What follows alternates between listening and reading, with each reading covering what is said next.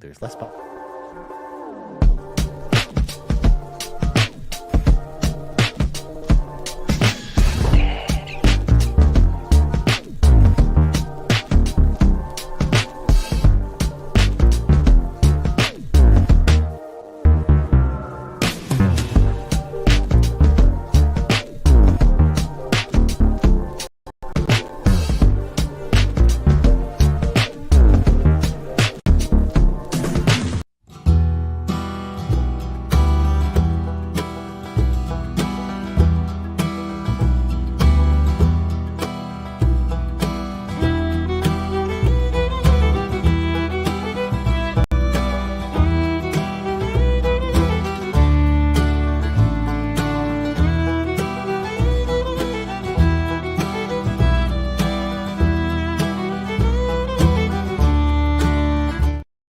Greetings, fellow travelers. Welcome on in. This is the 203rd level of the RPG Cave. I am one of your hosts, the level 299 human necromancer, Ryan Turford. And I am joined, as always, by the level 299 hex machinist elf, of course, Garret Bland. How's it going, Garret?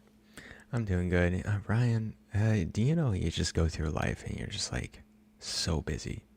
Yeah? You're just like, there's no breaking moment of you just sitting down and relaxing. It's just like boom, boom, boom, boom, boom. I had one of those weeks this week, Garret. Well, and I am assuming you probably also had one of those weeks this week. Yeah. No, this week was kind of crazy. Yeah, So. I can imagine. I am so sorry you've had such a crazy week, my friend. But I'm glad we're here chatting about Yes. RPGs today. I'm so excited to hang out with you, my friend. For sure. I mean, at least it'll give you a good break from, all the stuff that's going on. For sure. The life realities, yes. Yes. There's just so many different things, with like, so yeah, I'll get into it with my things. Sure. So we can get into the rigmarole, but yeah. We can get into the rigmarole afterwards. It's fine. We can do the order in whatever order we want to. Whenever we want. Well, the moving is, there's so many different things with moving, especially to a new building. It's like way more, I feel like it's more stressful than an existing building, an existing house. Because at least for that, it's pretty quick. It's like, okay, it's ready to move. You just go in. And of course, I have to go through the process. But with a new building, it's not like that at all. There's many different bureaucratic hoops to go through. Plus, you got to do extra things for yourself. So. You're probably signing a bunch of documents and like. I'm selling my soul, basically. Pretty much. No, I'm signing a bunch of documents where I can't sue anyone, no matter what. That's what I'm doing. I mean, why would you want to, Garret? Why would you ever want to do that? Exactly. Well, I am in a country run by lawyers, so. Yeah. Well, it's also a country where a lot of people sue people, so like. Exactly. It makes sense why they would have like, precautionary stuff in their documentation to prevent that. So much. Yeah. Well, that's Busy. Exciting, Garret. That sounds like so crazy. exciting. Yep. Yeah. At least you know what? In a few weeks, it'll all be done. And then you can just, kick back and never have to worry about that until like 10 years from now when you inevitably have to move again. Yeah, pretty much. Yeah. Yeah. I mean, again, you're just talking about Ryan, 4 months from now, because literally I'm going to be moving again in like 4 months. So. Did you find a place? Oh, no, it's way too early for me to start looking because I wouldn't be okay. moving till February 1st. And that means I really can't start looking for an apartment basically till like mid-December, essentially. I see. Okay. Yeah. So it's still we're still a few months away, anyways. But we'll find something. I mean, it may even just be in this building. We might I might just find like a cheaper unit in this building and then just move in there. But I might actually move downtown. I could move all over the place. Who knows? But All over the place. this is the RPG Cave where I swear we talk about role-playing games all the time. Sometimes. I swear. I love the fact, too, that, Garret, you were just like, all right, this is the 1 week I've got to hard out. We got to be out at a specific time. And it's, of course, the 1 week where we spend the most time to talk about random stuff. I love it. Yeah. Good stuff. Exactly. So, of course, Garret, we should, get all these trash mobs out of the way so we can get to the raid boss as quickly as possible. Let's do our housekeeping. And no, we don't let the housekeeping lady in here, please. It's a cave. It's already messy. It's pretty messy. Yeah. So, of course, we got brand new content over on patreon.com/carpoolgaming. Of course, our Pants Patreon podcast for Patrons podcast, which is our AMA show where you ask Carpool Gaming hosts questions and then they answer them. Fee's episode of Pants has been this week's featured episode, so make sure to check that out. Tomorrow, Sunday, from the date we're recording this, my episode of the Pants Patreon podcast for Patrons podcast will go live, where I talk about all kinds of stuff. What I talked about, I don't know yet. I haven't recorded it yet. It'll be recorded tonight, I guess. Nice. I was supposed to record it yesterday, but some stuff came up and I ended up not doing it. That stuff always comes up. It's all good. But speaking of stuff coming up, Garrett, you are in fact the next person on the Pants Patreon podcast. Yes, I am. Back for to back Patrons podcast. RPG Cave host. As it always is. Yeah. As it always is. Yep. And yeah, give me all your non-medical doctor questions. Please stop with the medical questions for Garrett. But Garrett's question post will obviously go up on Monday on Patreon, so you can leave your questions there, or in the Discord, in the Patreon exclusive section. Of course, that's for patrons only in our Discord. For patrons only. Yeah. Speaking of Patreon as well, Garrett, this isn't on the housekeeping document, but this is something that we released on Friday. So I wanted to celebrate it because, it's exciting. Sean and I actually sat down and recorded an entire episode of the Real podcast, which is kind of like our it could be literally anything podcast. And of course, it was another movie podcast just in time for spooky season. We recorded an episode about the 1999 film House on Haunted Hill, which was super fun. It's, of course, a remake of like a 1959 film. It's got ghosts. It's full of 90s cheese. It's got Marilyn Manson. What else could you want? So it's pretty 90s. Yeah. So make sure to go over on the Patreon and go check that out as well. Go check a look. Also, speaking of checking a look, Garrett, in the Discord, we've got two, book clubs going on. We've got the Backtrackers, of course, which is our video game book club. They're going to be meeting next weekend, October 25th at 8 a.m. Pacific or 11 a.m. Eastern time, to talk about Ravenous Devils, which is a game I think Bowser picked. So you can make sure to go check that out. And then later that evening at 4 p.m. Pacific or 7 p.m. Eastern time, the book crafters will be meeting to talk about spooky season stuff. So spooky season arts, crafts, and books. You can head on over to our Discord and check that out as well. And reminder, of course, the Discord, the Carpool Gaming Discord, is free to join. The link is in the description of this podcast. No matter what platform you're on, make sure to check us out there. And yeah, you can go and go hang out with some people. And it's one of those things too where I know the book crafters, it's in the name. It says it's about arts and crafts and stuff like that. But you don't have to talk about arts and crafts if you don't want to. Yeah. Talk about anything. Yeah, could be anything. Garrett, of course. I would be remiss if I didn't mention it as well. Extra Life 2025 is in full swing, of course. So, boom.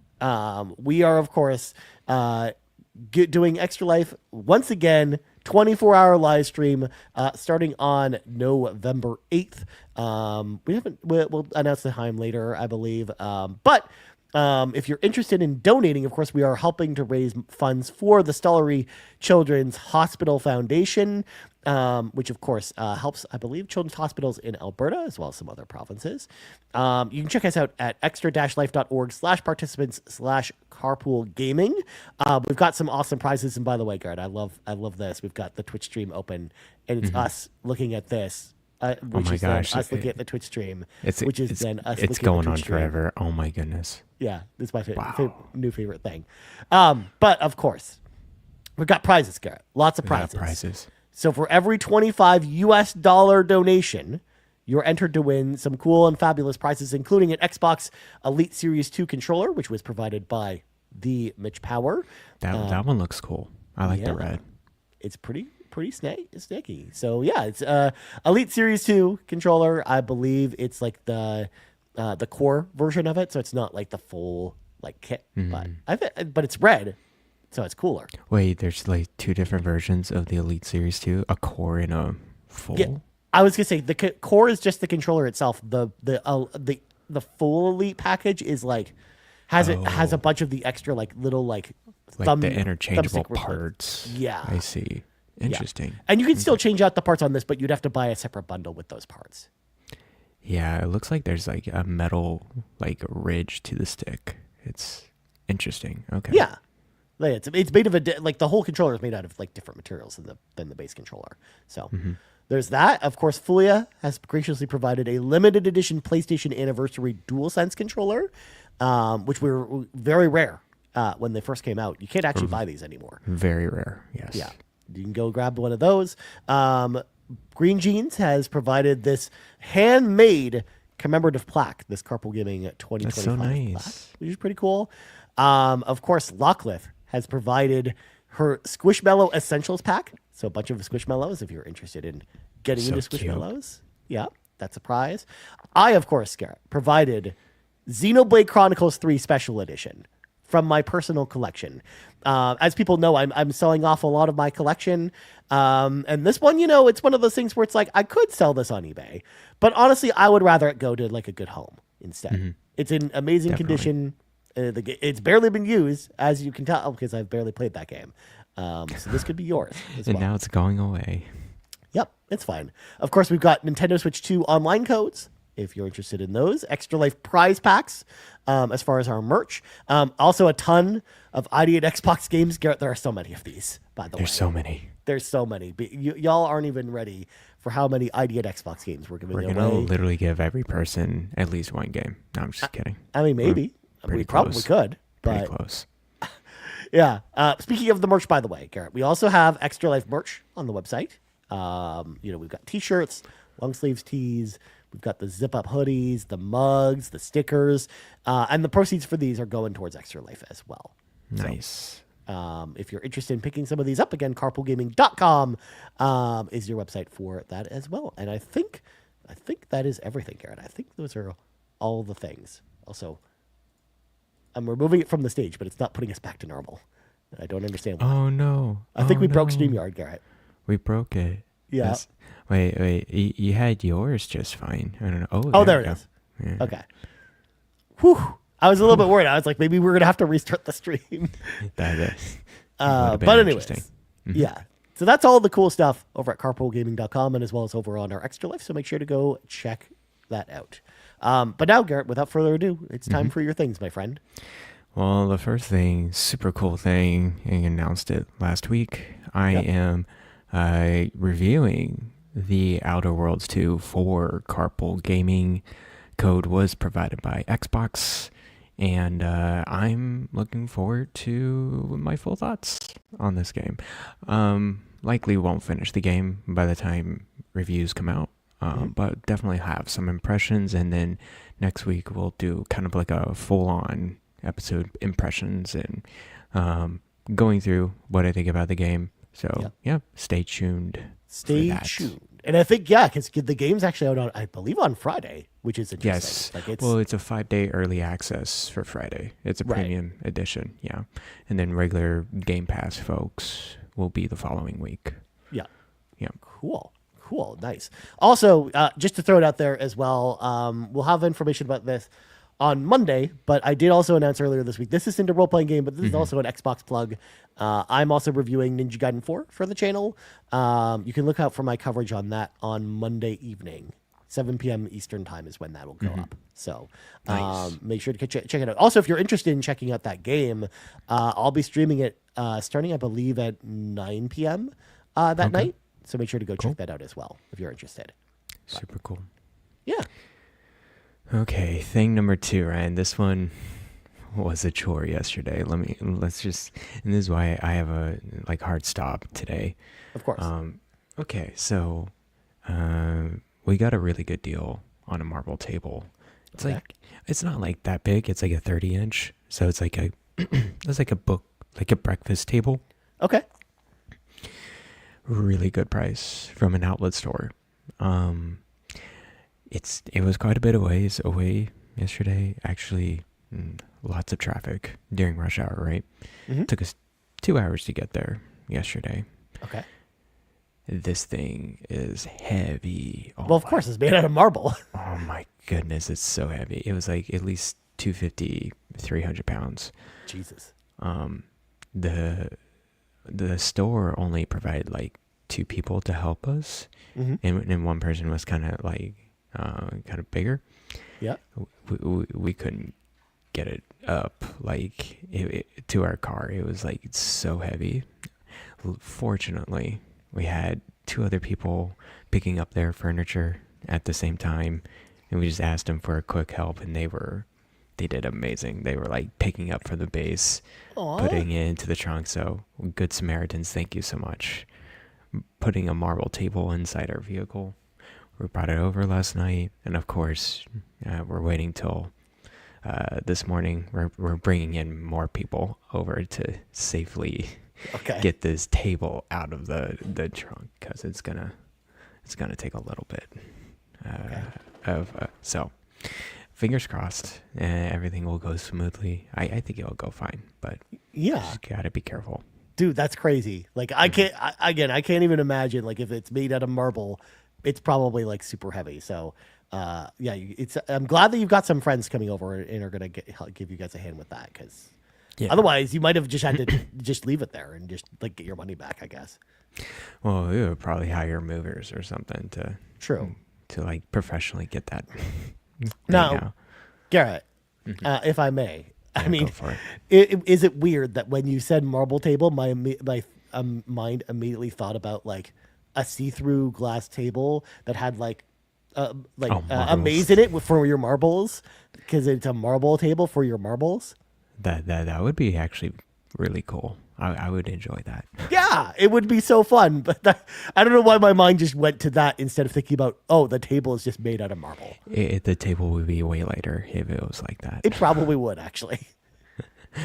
Oh man, it was so lucky to even bring it home last night. We were ready to just leave it there and then pay for shipping or something, because it would have been like, I don't know, like $100-$200 to ship it or something like that. Oh, probably. They would have had to hire like 4 or 5 people to carry that thing. Yeah. So we'll see how it goes this morning. Yeah. Oh my God. I believe in you, Garrett. I believe you can get this. Thing number 3. Let's talk about these ROG Xbox Allies and Ally X's. Ryan, there's been a lot of, buzz around last week. Reviews of a hardware came out. Yep. It seems like it's good. Yeah. People like it. They like the Xbox or the Windows stripped OS. It seems like it's pretty quick. I feel like from reading reviews about it and talking to people about it, like that's the thing that people like the most is like the OS. Yeah. And it sounds like the ROG, the base model, the ROG Xbox Ally, not worth it.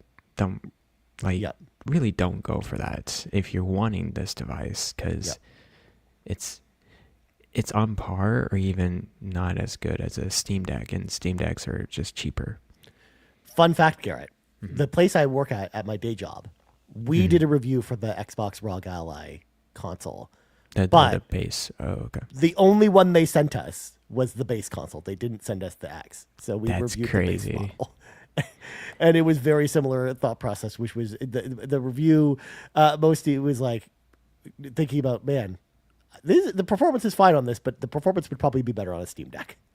Yeah, exactly. And then you're paying way more money for this. So, just get like, at that point, if you really want a Windows device, just do a ROG Ally X, like open box, or chunk out $400 extra for an Xbox Ally X. Definitely not interested in one of these. I've tried Windows on my Steam Deck. It's just so bloated. I'm sure it's better with a stripped Windows device, but I think I have my fill with the Steam Deck with the PC handheld. Donnie did a really good strategy. He went to a third-party kind of open box website. He bought a Lenovo Legion Go, I think 2 or something like that, for like $350 USD. It's a really good price. And then you can just install the Steam OS image on it. And so he's doing pretty good for himself. Good deal, and a really good, a better device than a Steam Deck. Yeah, it's like, the latest chipset and everything. So I would recommend that more than the ROG Xbox out. It's just the price. If the prices were like $200 to $300, $200 lower. How about that? $200 lower. I would be like, okay, this seems okay. But man, $1,000, 1,000 USD. That's like more than home consoles, and I'm just like, just don't even bother. Get a laptop for $500 extra dollars. Like the thought process there is just literally do anything else at that point. Yeah. At least that's my thinking. I don't know, Ryan. What do you think about these ROG Xbox Ally X's? I mean, I am impartial to this because I don't play on PC. And not only that, but I don't really like to play games portably. So I am the wrong market for any of these devices. You are not the target audience at all. I am definitely not. So that's why I don't have much to say, because I would only be able to bring negative points. And that's only because I just don't have a lot of excitement. Like even seeing some of these, it just doesn't really excite me. The only thing that's interesting about the ROG Ally, Xbox Allies to me is just the idea that this OS could be the next like Xbox OS. Like this is the direction they're probably going in for the future of all their consoles or handhelds. So it'll be interesting to see how they apply this to like home devices, or even like if they do actually end up releasing like a smart stick or something like that. Like those will probably have like this on it. Yeah, I don't. To be honest with you, I don't know what that's gonna be like. Yeah, because this is literally just a stripped down Windows. That's all it is. But that's kind of what we're hearing. Maybe the next Xbox is maybe just a stripped down Windows. Well, if that's the case, they better have Xbox backwards compatibility nailed down. Yeah. 100%. If they don't have that nailed down with this OS, might as well not do it. Yeah. I honestly don't even sell it. Like, yeah. Because we keep hearing that you can like install Steam and some other like PC gaming storefronts on the next Xbox. So that leads me to think that it's more of a PC in a box than a traditional Xbox. Also, I love the fact too that everyone was freaking out that this device came with Microsoft Teams. They're like, it's the only gaming handheld that comes with Microsoft Teams. And that's why people are just so not interested in these devices, because they know the Windows OS, it's a Windows OS. It's the origin.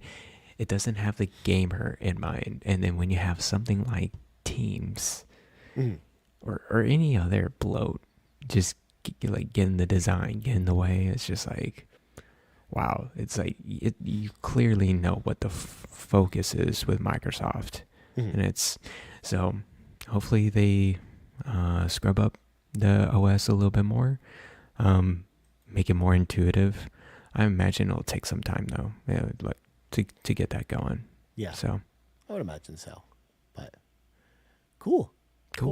Well, Garrett, it's now time for us to transition into a little side quest I want to go on. Let's go on the side quest. This isn't too complicated. It might not take us that long to talk about this, but I want to talk about it a little bit because it's something I thought about this week, Garrett, because we're coming close to, end of the year, game of the year time. We're 2.5 months away basically before the end of the year, essentially. Less than 2.5 months, yes.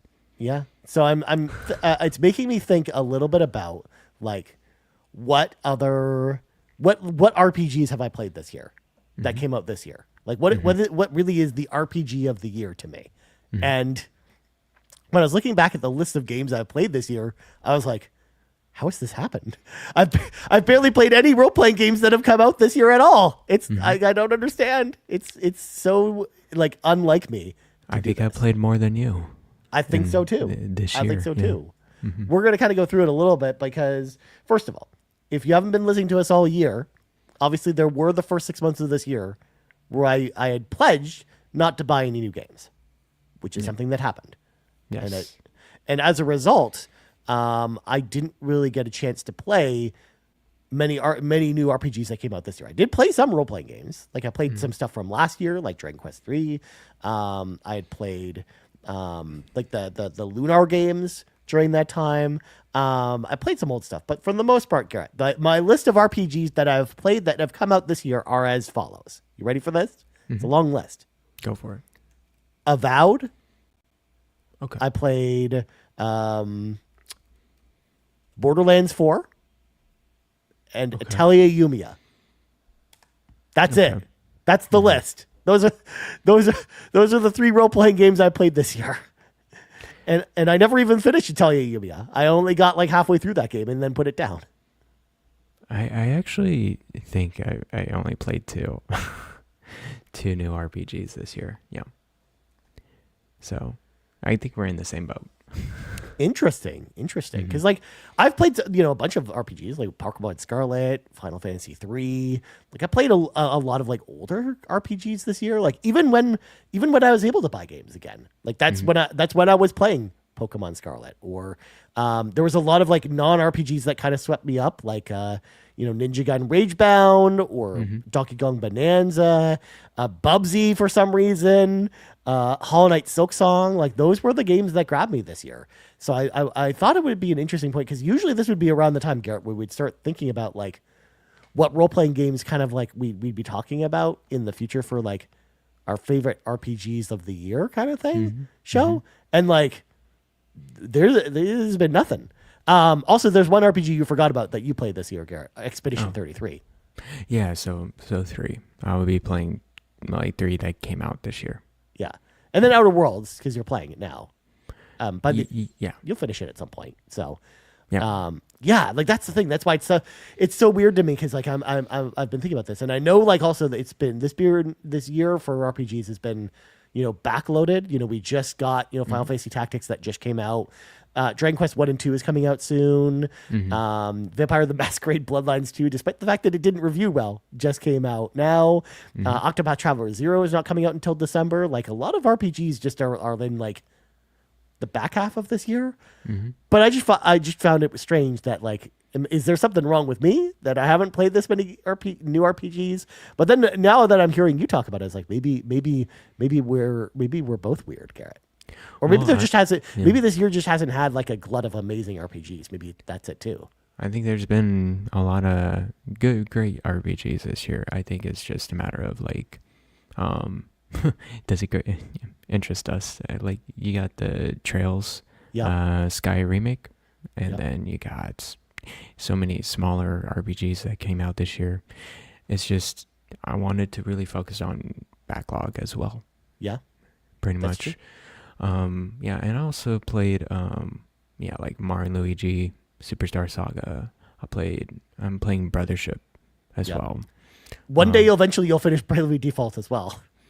I'm like so close. Oh my gosh. Yeah. And then we both spent so much time playing Cyberpunk as well, which was super fun. I'm so glad we did that. Yeah, me too. But yeah, it's just like it just didn't really give us a lot of time to play other games this year. Yeah. Mass Effect and Zelda 2. Yeah. That's true. You did play those this year. Mm-hmm. Yeah. Not an RPG, Castlevania. Yeah. Which one? I forgot which one that was. It was the GBA one. Circle of the Moon. Circle of the Moon. Yes. Yeah. So, and then I tried and failed episode, I guess. Yeah, that's true. So not all. Other than the big ones, Avowed, Expedition 33, and Outer Worlds 2. Those are just the big 3. Yeah. 2 of them from Obsidian. 2 of them from Obsidian. So yeah. It's pretty crazy. I need to look back this year, and I'm sure we'll go through it with Game of the Year stuff. But like, what big RPGs came out this year that we missed? Yeah. And not really focus on. There's Atelier Yumia is a big one. I know one that I wanted to play right away, but then I decided to wait on was Deltarune.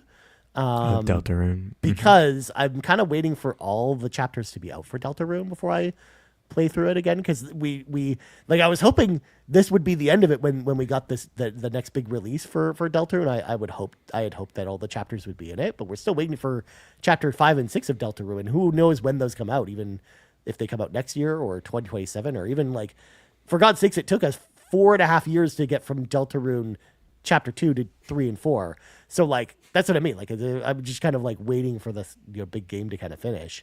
But there's also, you're right. Like there was a lot of stuff I think that just came out later this year.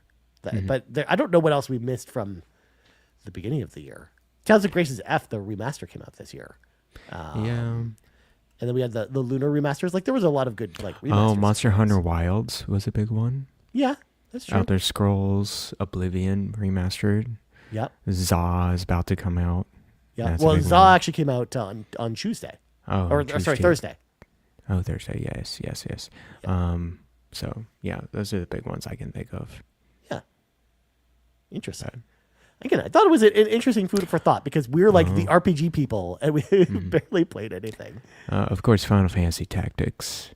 Yeah, I mentioned that as well. Yeah, it came out at the end okay. of like at the end of September as well. Like a lot of them are all in this area, like because it was Trails, and then Tactics, and then like ZA and Dragon Outer Worlds Quest. 2, Dragon Quest. Like a lot of them are in like this like chunk at the end of the year. And Octopath Traveler 0 at the end of the year. Yep. Well, there's another. No, there's no. Is there another RPG end of the year? Well, we also have Demon School, the indie RPG that's coming out. Right, Demon School. Yeah, I think that's out in next month in November. November. Yeah. Yeah.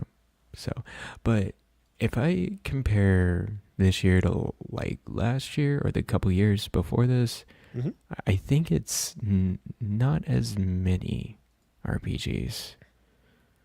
I think. Yeah, Like I definitely like think big it's less. title RPGs, But I think, yeah. but I think it's been like, but I also think the quality of games has been almost higher. I think this year as far as role playing games, like there's not as many, but almost all of them are like 80 plus games. The only exception being, of course, Vampire the Masquerade. But almost all of them are like 80 plus role playing games to the point where like Trails in the Sky is one of the highest rated games of the year, period. As an example, but yeah. I'm just curious what else we're kind of missing because I just pulled up a list of games coming out and like we had even that other Atelier game that came out in September as well. Oh yeah. That also like didn't review terribly, but it was a 70 just like Yumiya was. So there's that. We had the re-releases of Monster Hunter Stories because those are coming out again on Xbox next month. And yeah, other than that, I think that kind of does it for RPGs this year. I hear with Monster Hunter Wilds, it was like a really just came and went. Yeah. Like everyone was like, "Oh, this is new Monster Hunter." It's like it's not as good as the previous ones, and they just bowed out after a We month. had a lot of people in our Discord talking about that because like people were playing Monster Hunter Wilds a lot when it first came out, and then a lot of people just bounced very quickly from that game. And then Borderlands 4, I feel like that one just came and went. You played it and beat it, and then just no mention of it, really fleeting. And then I looked up, Steam already has a sale for Borderlands 4. It's like, okay, it's only a matter of time. Same with PlayStation. Yeah. It was on sale for 20% off this week. Already. Like, that's crazy. It's only been a month, and it's just like, all right, we'll go on sale. So. Yeah. I know Bowser was the only other person I knew who was playing Borderlands 4, and she liked it, but she wasn't like, even her when we talked about it, I don't know if she was even like over the moon for it either. That's what I hear a lot too. It's like, oh yeah, it's a great game, man, but like that's it. Like nothing big. So like I made it through to the it. end, but I was like just not inspired to do like the side quests or anything like that. With that And that's why I'm more inclined to like play backlog games and RPGs. Like, I already have it, and these are great games like Cyberpunk. Yeah. So might as well go through it. And actually, my Game Pass, the subscription just ended. And I gotta say, Ryan, it's kind of liberating. Yeah. No joke. Like being off of that subscription and limiting your choices of games, removing a whole portion that you think is like available to you. It's like, okay, now I only have all the hundreds of other games I have in my backlog to go through. So it kind of just keeps me more in focus, I think. Yeah. And I'll use Game Pass as you have done, like, okay, there's this new release game, and I'll like subscribe for PC for like a month and like go through that game in a month and then bow out. Yeah. Probably. In fact, this would have been the perfect month to do that with. If we didn't have like codes from Xbox this month for Outer Worlds or Ninja Gaiden, then for sure I think you and I both might have signed up for a month, played those games, and then just bounced essentially. And I'm glad that you now, like, I know that exactly the feeling you talked about, Garrett, because that's exactly the feeling I felt when I finally stopped subscribing to Netflix every month without question. Like when I just bounced off Netflix and I decided, okay, I'll only sign up for Netflix when there's something I want to watch, or there's like a pile of stuff I want to watch, essentially, like enough to justify the amount of money I'm going to spend on a month of Netflix and hop into it. In fact, Garrett, I just bought actually a month of EA Play on PlayStation, specifically because it was $7.99 to get a month of EA Play, but it provided a $10 discount for Battlefield, which I was going to buy. So it ended up actually being, it was cheaper to buy the game subscribing to a month of EA Play while doing that, and then immediately unsubscribing. Very interesting. Yeah. Yeah. And there, of course, the Game Pass Ultimate subscription had EA Play, so I had all those games, and then of course I had, stuff like Indiana Jones installed, and I'm like, I'll eventually get to this. Of course, I'll never get to it. And then once Game Pass went away, I was just like, wow, dude, look at all these games I had access to that I don't have access to. Now let me consolidate my Xbox hard drive. Like, it's pretty nice, actually. I can install all my just my Xbox 360 games, Xbox One games that I wanted to play. So, anyways, it's just cool. I thought it was pretty interesting, and I think like the Game Pass subscription service, I think it's reflective in their numbers, as well as like the stagnant growth. It's like, okay, they realize they hit a saturation point. That's why they increase their price like crazy, because they know that their net value or their net revenue will go up, even though millions would go down. Their numbers will definitely go down with the price increase. So try to squeeze out those whales. Of course. Anyways.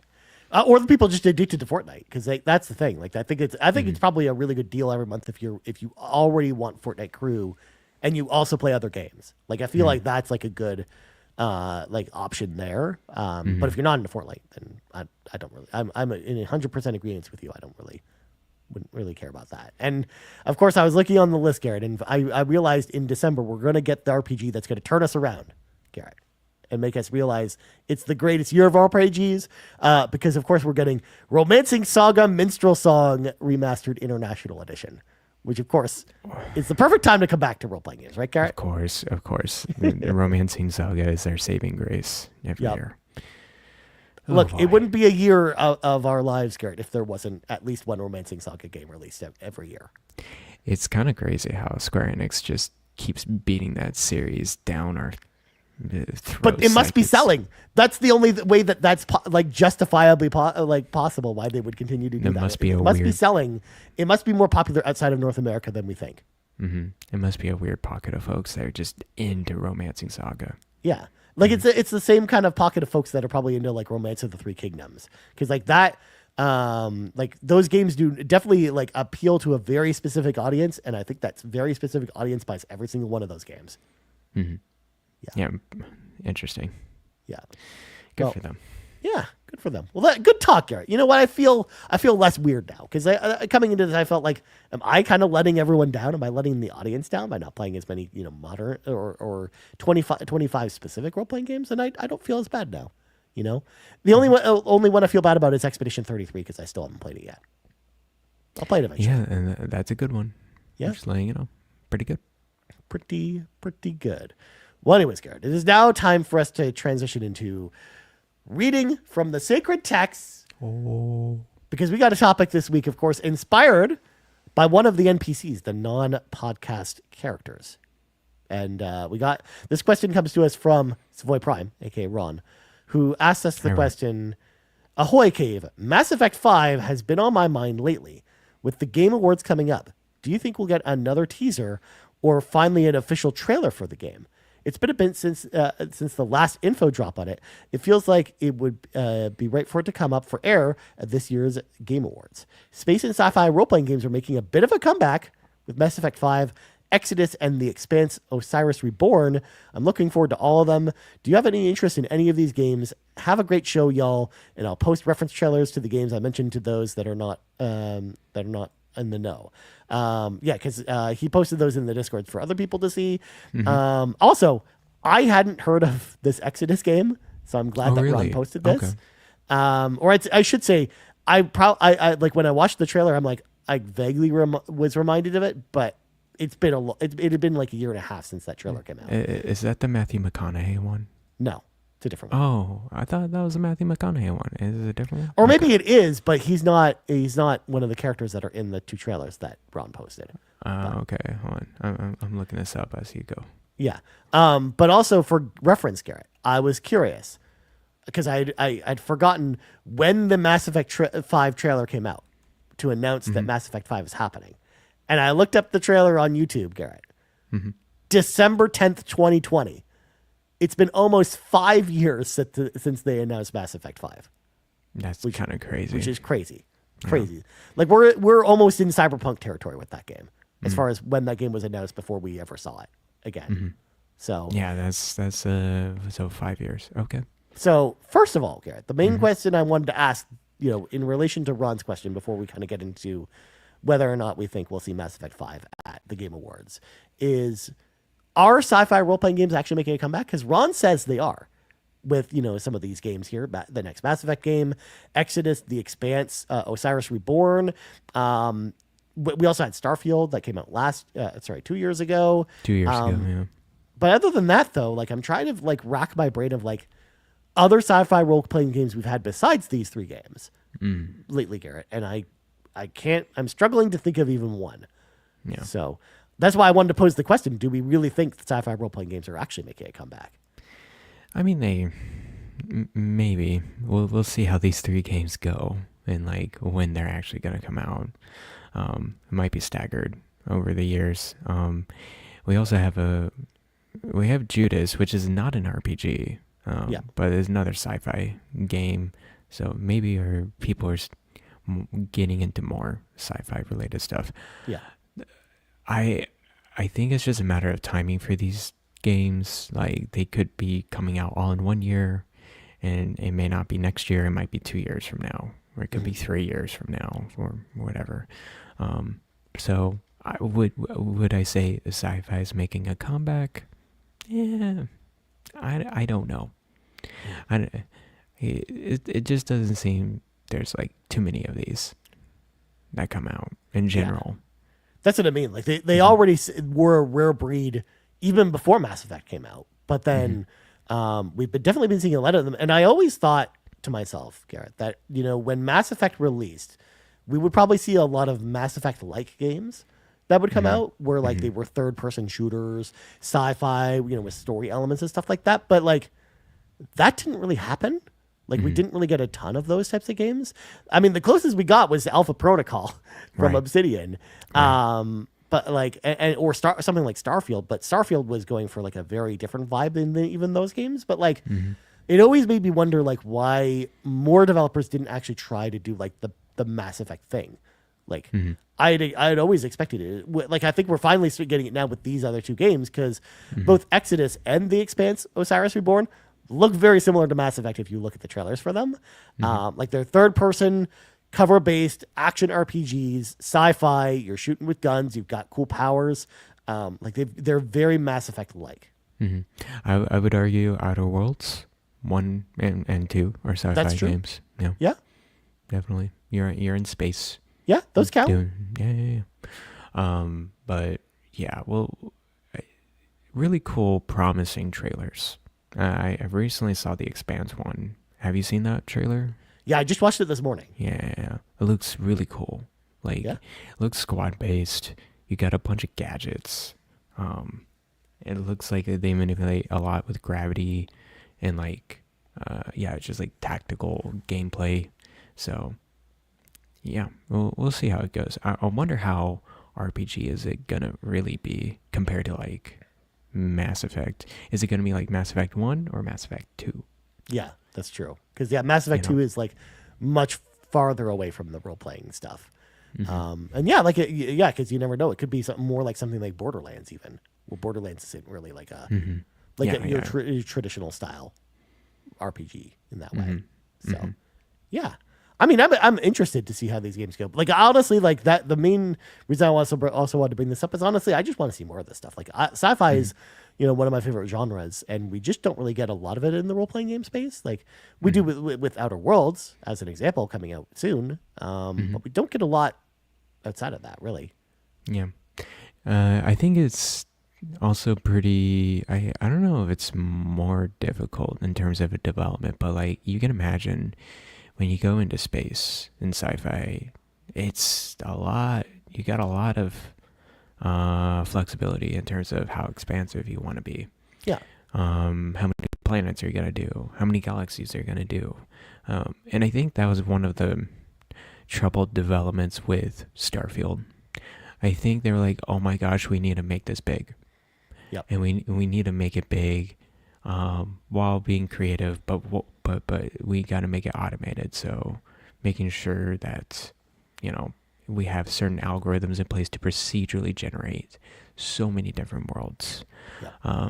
And then you play the game and it's just like planet hopping, right? And it's planet hopping minis the game. And even then it's like some planets you go to and there's literally nothing there. Just a barren rock. Which, would happen if you actually were exploring the galaxy for real. But it's still weird. Yeah, it is. Perspective. Yeah, it's... So there's a balance with sci-fi games, right? It's like you don't want too many planets, too many things. It would be really cool. And I've talked about this before with like the Star Fox game being in a Mass Effect environment. Needs to be a sweet spot between... what we have in Mass Effect, which is really cool. It's a very curated, full of crafted planets, and then Starfield, which is super bloated and expansive. I got a lot of stuff to do, right? If you could do something like that, like something in between. Yeah. Well, I think I know that what Mass Effect 2 did, Garrett, because you haven't played it yet. I haven't played it yet. No. Is they went to like, the planets, instead of being open world, they turned them into open zones.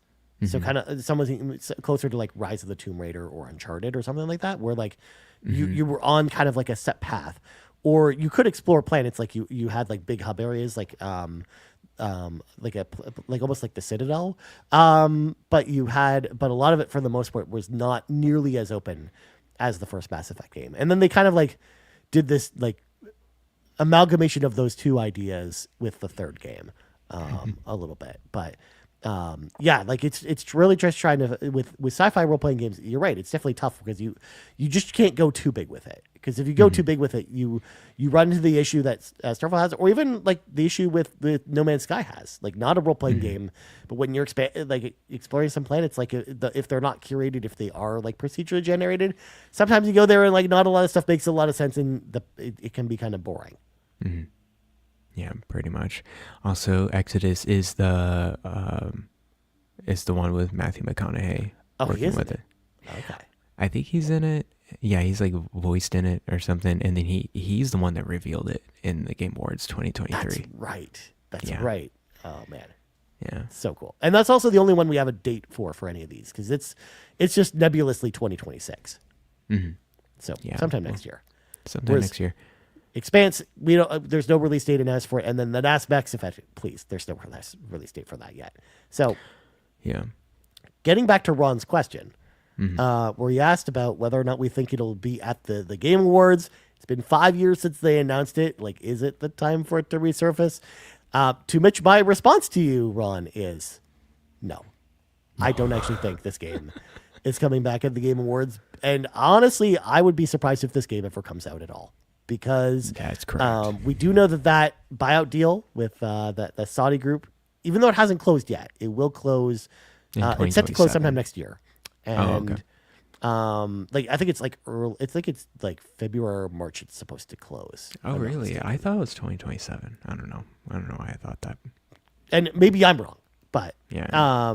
Either way, that deal, is going to be ending at some point soon. But even if that, even before that deal happens, Garrett, I would be surprised if BioWare still made it as a studio, like still continued to exist by the time the buyout even finalized, because they're gonna be while they're waiting for the deal to finalize. I think they're gonna start clearing the deck of things to kind of prepare for that massive like $20 billion in debt that they're about to inherit.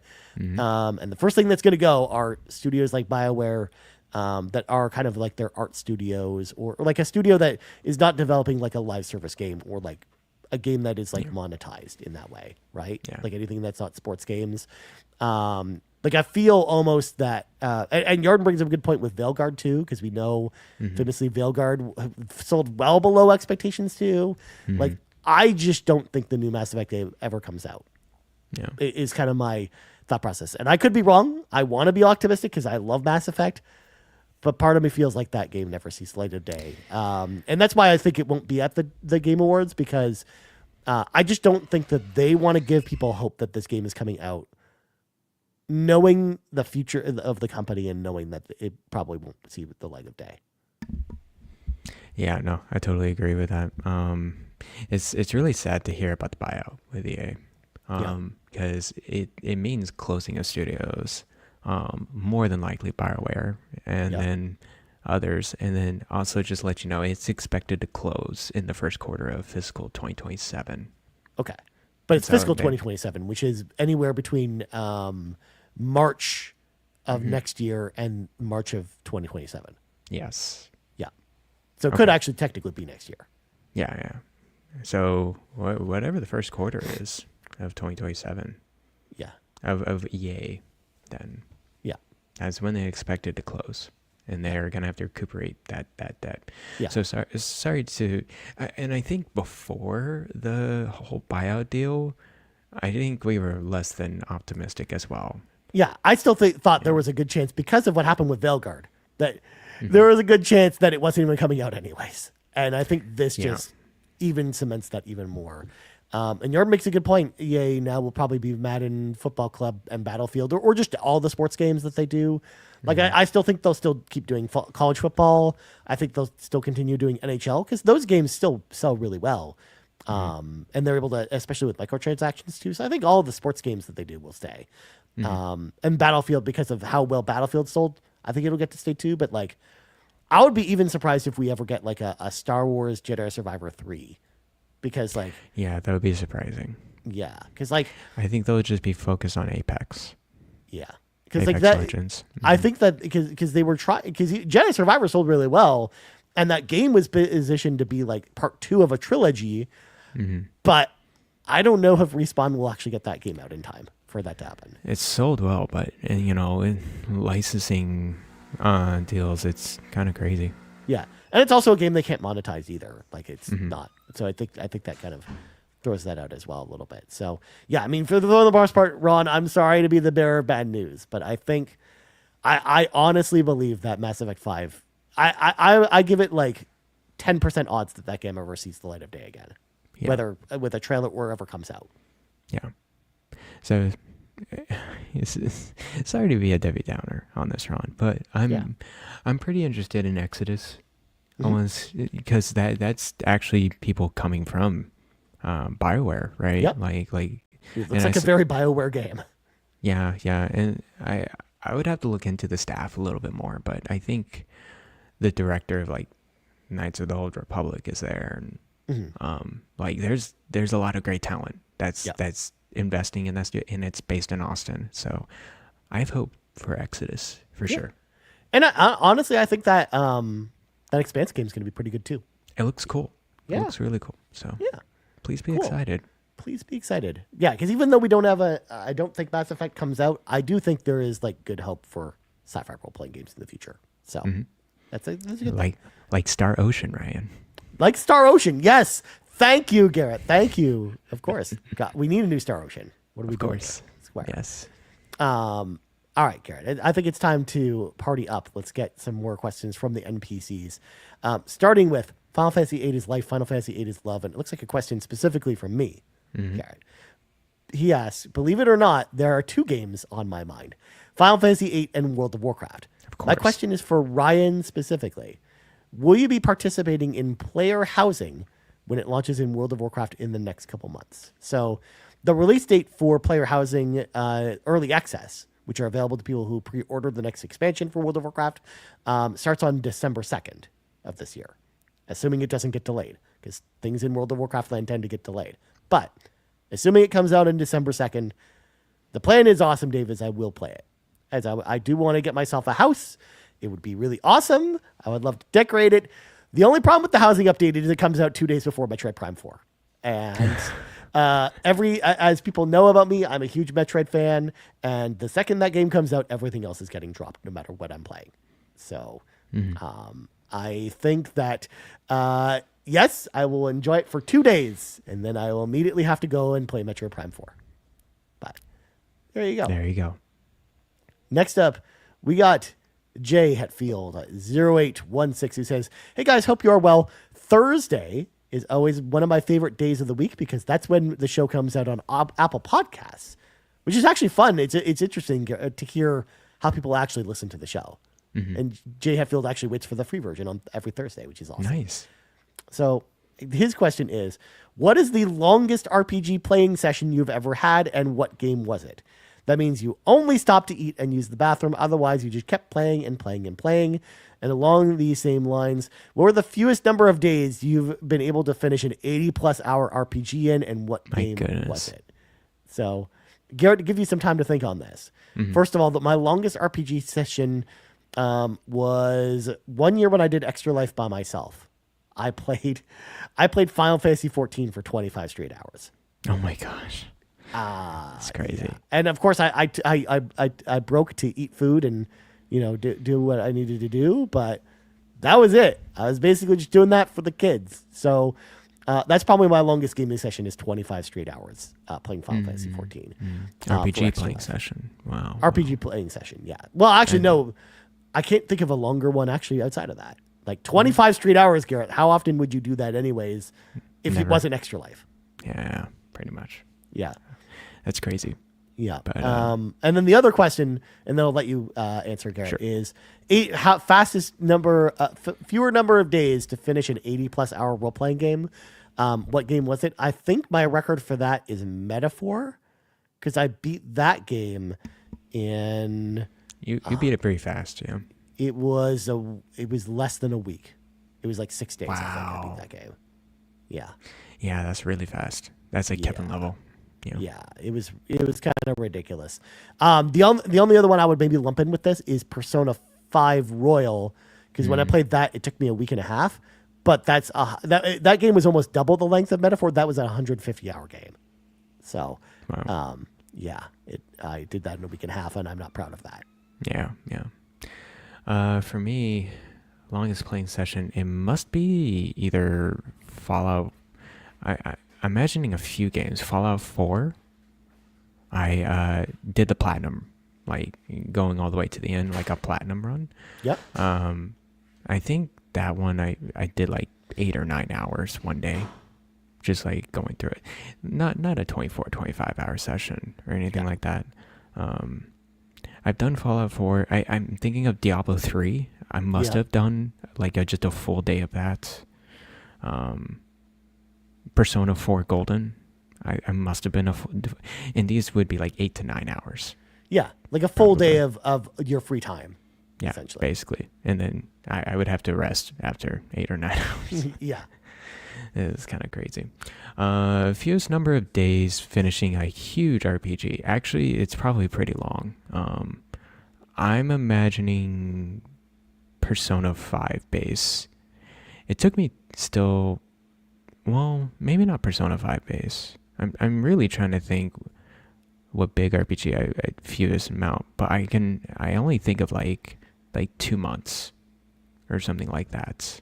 I'm not a fast person when it comes to these games. No. And I want to take my time, and I don't want to stress myself out. And it's just that's the pacing of my game. So well, you play. Yeah. You should play at your own pace, whether that's taking your time or playing through it as quickly as possible. Whatever makes you happy. That's what you should be doing. So, Yarden actually asked, what was the longest you stretched out a game for? I remember with you, Garrett, there was one game that's on the tip of my tongue. I'm trying to remember what it was, but I remember it was like almost a whole year that you were playing this one game. But I'm trying to remember what that was. I think Horizon Zero Dawn for me. Oh, maybe that. Maybe it was that. It took a few years. Oh my God. That's so long. Yeah, it's one of those, it's like touch and go, you know? Yeah. Like, that's the thing. I don't know if I really have something that fits into this category because I don't really stretch games out. A lot of times what'll happen is if I know I'm not going to finish a game, Garrett, I will simply put it down into backlog. And then I'll just start it over when I do want to play it again. So it's almost like a fresh playthrough. So I think it's very different from what Yarden's asking here. Yeah, I can't even really think of one actually. Shin Megami Tensei 5 is one that's the one I was thinking of. Yeah, that took a year. Yeah, it took a whole year. I remember because like every week on the podcast, you'd give me like your Shin Megami Tensei 5 update. Well, that and like I think I was playing other games too. You know, it just sprinkle around it. So yeah that one took Bravely a while. Default's also kind of approaching that territory too. Oh my gosh, that game! I can't wait to be done with it. It's fun. You're a big fan of the movie Groundhog Day, I've heard. So yes, definitely. All right, and then of course, final question of the week comes to us from Kiku, who says, if you were dropped into the last role-playing game you ever played, how long would you realistically survive? So the last RPG that I played, Garrett, was Borderlands 4. And I would probably get shot and probably not last very long. But, I mean, it depends. Yeah. Would I hop into this world with, like, the same powers that everyone else has in Borderlands 4? Like, because if so, maybe I'd last a bit longer. But if I'm just a normal person, if I'm just normal Ryan Turford, I'm Your probably average not Joe. lasting very long. Yeah. Well, that kind of makes sense. I'll go with Bravely Default on this one. Yeah? I'll probably be dead. Yeah. Yeah, I thinking about the end of the game, it's like, okay, I'll probably be dead. like it's kind of absolute. Like there's no they way present around the it. final quest to you, and you'd be just like, no, forget it. I don't know how to deal with this. Yeah, I'm not doing this at all. So because it's bad enough playing the game, but imagine having to do that quest in real life. Oh God, it hurts. I would just give up. Yeah. You're just like, forget it. We just don't care anymore. Good times. All right. Well, I think that's going to do it for today's episode of the RPG Cave. But before we go, of course, we got to say thank you to all of our patrons over at patreon.com/Carpool Gaming, starting with our ultimate producers, Brendan Myers, a.k.a. The Winter Gamer, and Jonathan Brown. You can find all of his music over at his link tree, linktr.ee/pme.jib. And our platinum producers, Benny, Smoke and Joe, the Captain, and Tim Paullin, and our gold members, Adam K, Anna, Awesome Dave 1337, Bradmore, Brian Reese, Cecily Carrozza, Dan and Luma, Dannohh, Emily O'Kelly, Hambone Jonny, John 32, Laura, Ligerwitz 330, Mr. Giggles, OldMrFrump, Peje, Stephen Keller, and TechMike. Huge thank you to all of our friends over at patreon.com/Carpool Game. If you want to hop in the car with us, head over there, choose the tier that's right for you. And now, Garrett Bugs, go. You can follow me at Blue Sky at Bland Explosion. You can also find me on the backlog. I got to put the review in for Cyberpunk still. That's on my to-do list. I did that right before we came in here because I had also funny. forgotten to do that. Nice. At Bland Explosion. And you can also find me on the Discord. I acknowledge every single message in the RPG Cave. And that's pretty much it, man. Nice. Well, that's for me. You can always find me in the Discord, also on backlog.com and letterbox.com and Blue Sky, all at Ryan Turford. It's just the same in all the places.